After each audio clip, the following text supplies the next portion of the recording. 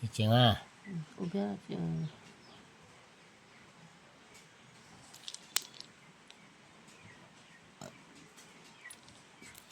我这导游一路去。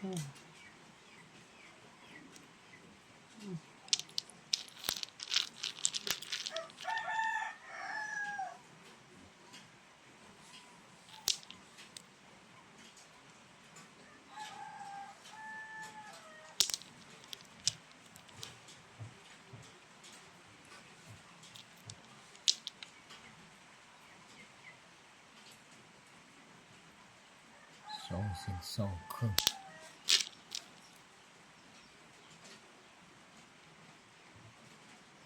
2 เซน3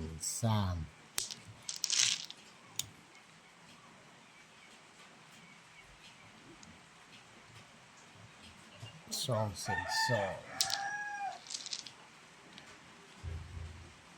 2 เซนไปมาเจียงพัดว่าวันนี้เนอะ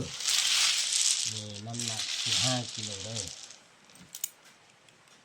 มาก2 เซนขึ้นเหมือนลายเนาะอันนี้2 เซน1อันนี้ก็2 เซน1อันนี้2 เซน2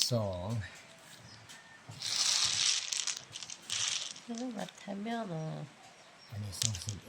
1อันนี้2 เซน1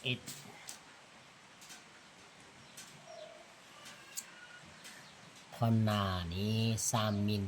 ไปน้อยหนึ่ง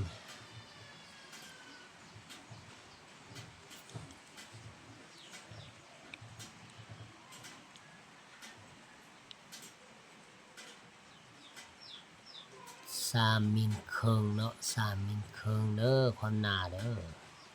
ตัวนี้มากอันน่ะมาก2 เซนเนาะ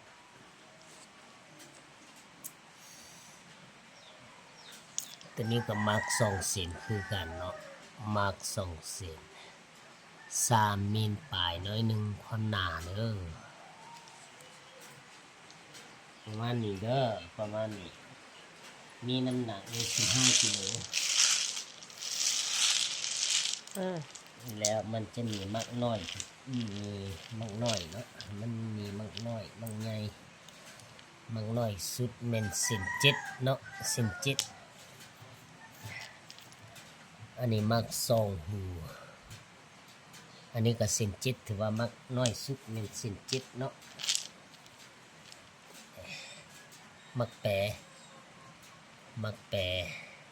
กับเซน7คันแท็กทางนี้เซน6 ครึ่งอันนี้มัก2 หู